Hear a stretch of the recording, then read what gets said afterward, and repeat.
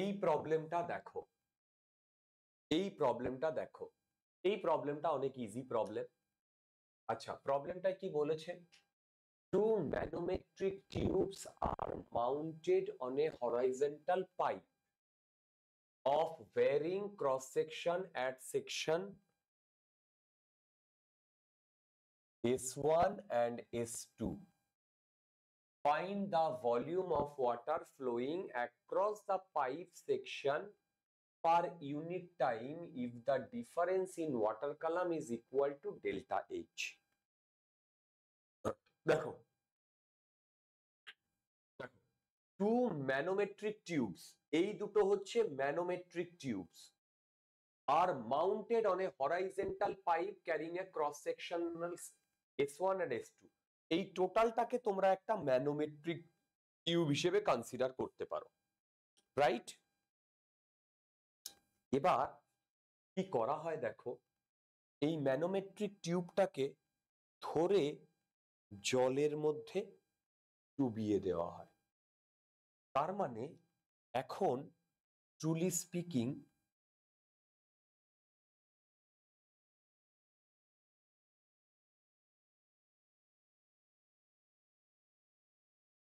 এইরকম জল বা লিকুইডের মধ্যে আমি দিয়ে দিয়েছি।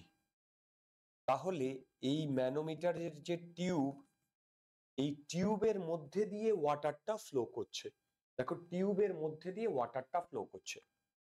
এবার কি হয় সেটা হচ্ছে, এইখানটায় আর এইখানটায় ক্রস সেকশনাল এরিয়া ডিফারেন্সের জন্য ভেলোসিটিটা ডিফারেন্স হয়, ডিফারেন্ট।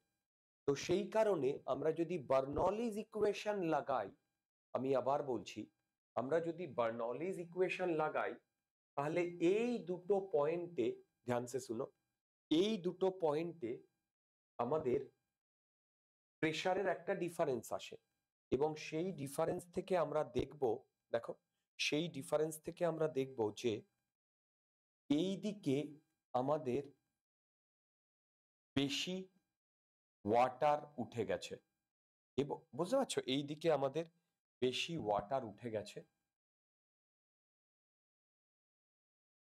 এই দিকে আমাদের বেশি ওয়াটার উঠে গেছে, আর এই দিকে এইরকম এই পর্যন্তই ওয়াটার আছে।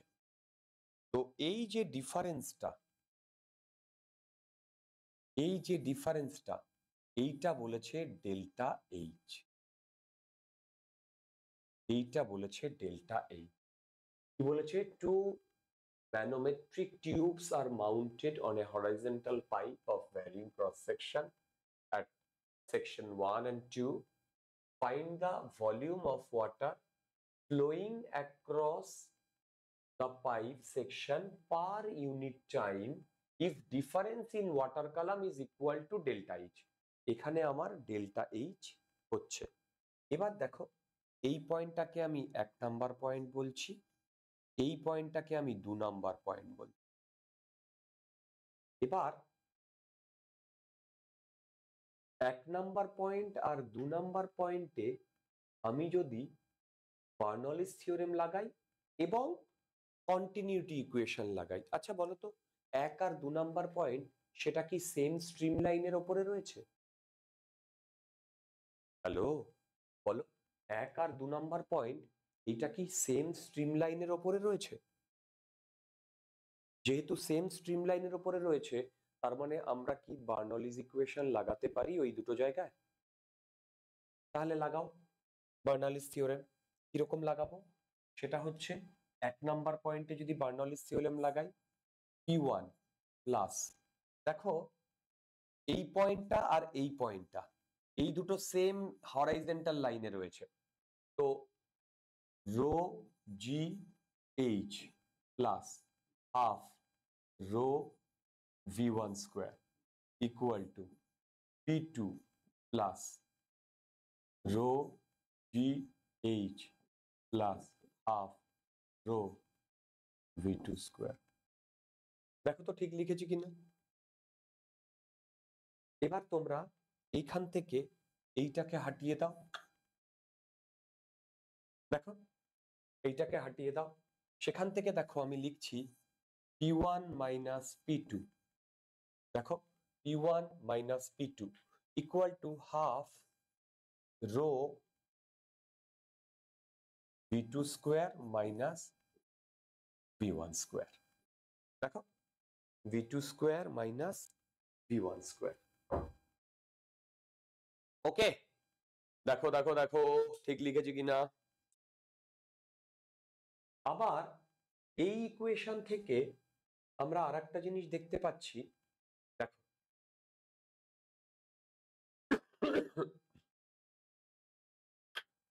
এটা একটা ইকুয়েশন, এটা আমি 1 নাম্বার ইকুয়েশন বলছি। 2 নাম্বার ইকুয়েশন কি বলছি?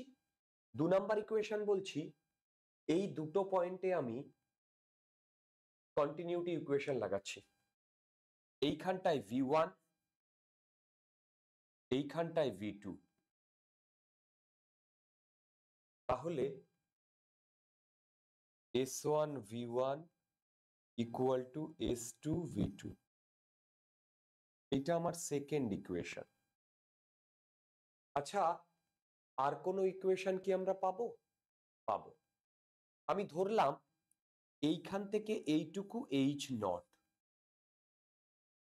তাহলে এই পয়েন্টে যদি আমি P1 বলি, তাহলে P1 হবে, যদি আমি ওপর থেকে আসি, এই বাইরে হচ্ছে P not atmospheric pressure, P not plus rho g H not. P2 হবে P not plus rho g H not plus delta H, কারণ তখন H not plus delta H হলেই আমি এই পজিশনে আসতে পারবো।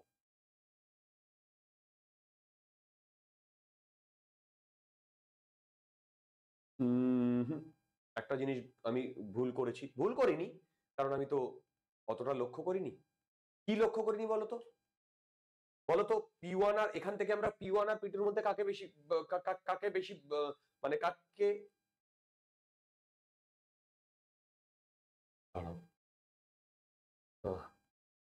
এদিকে দেখো, এই এটাই কনসিডার করো। S1 ছোট না বড়? S1, তাহলে V1 বড় হবে না V2 বড় হবে? V1 টা বড় হবে। না, ঠিকই আছে। দেখো এখান থেকে আমি কনক্লুড করছি V1 বড়। আচ্ছা, যদি V1 বড় হয় তাহলে এই কোয়ান্টিটিটা পজিটিভ হবে না নেগেটিভ হবে? নেগেটিভ, তার মানে P1 মাইনাস P2 নেগেটিভ হবে। এখান থেকে একদম পারফেক্ট আসছে। এবার আমরা এই দুটো থেকে P1 মাইনাস P2 করছি। আচ্ছা, ওই একটাই জিনিস, ওইটাই P1 মাইনাস P2, এটা করলে কি আসছে বলতো?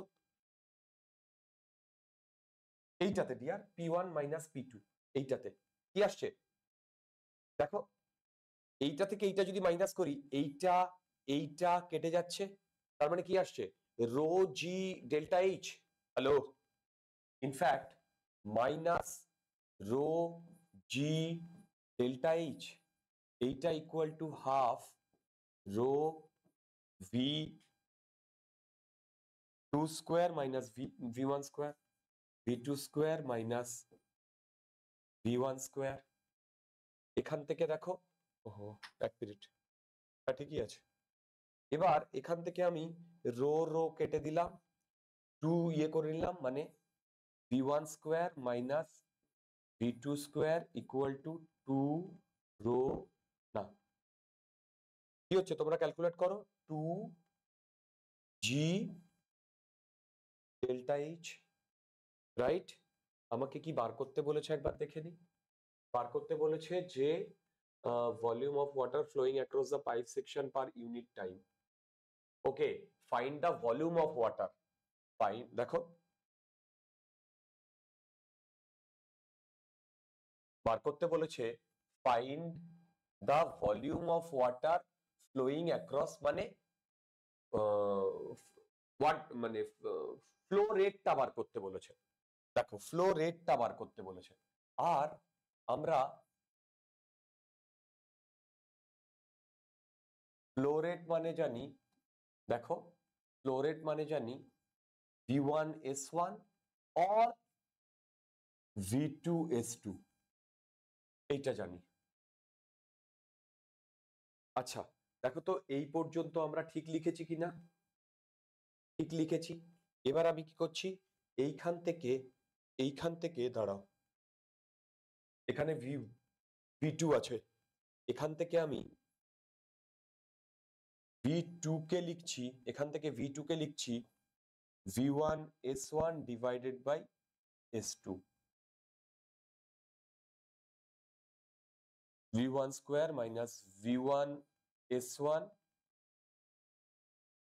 by S2 square equal to 2G delta H। দেখো দেখো দেখো ঠিক লিখছি কিনা। এবার আমি এইখান থেকে V1 স্কোয়ার কমন নিচ্ছি, V1 স্কোয়ার কমন নিচ্ছি, তাহলে আসছে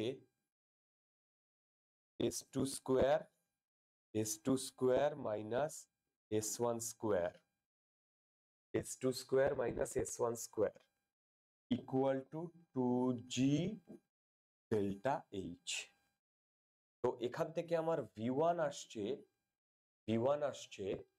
দেখো V1 আসছে রুট অফ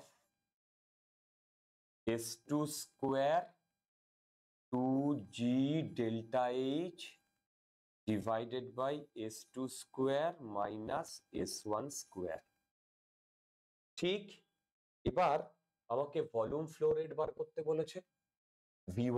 V1 এর যদি বসাই এই S2 টা বাইরে বেরিয়ে আসবে, তার মানে S1 S2 root 2G delta H by S2 square minus S1 square, এইটাকে হচ্ছে কিউ।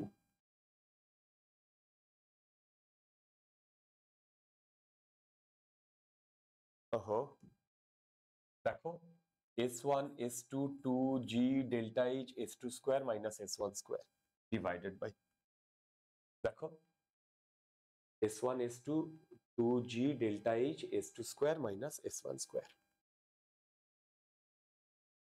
তোমরা কি বুঝতে পেরেছো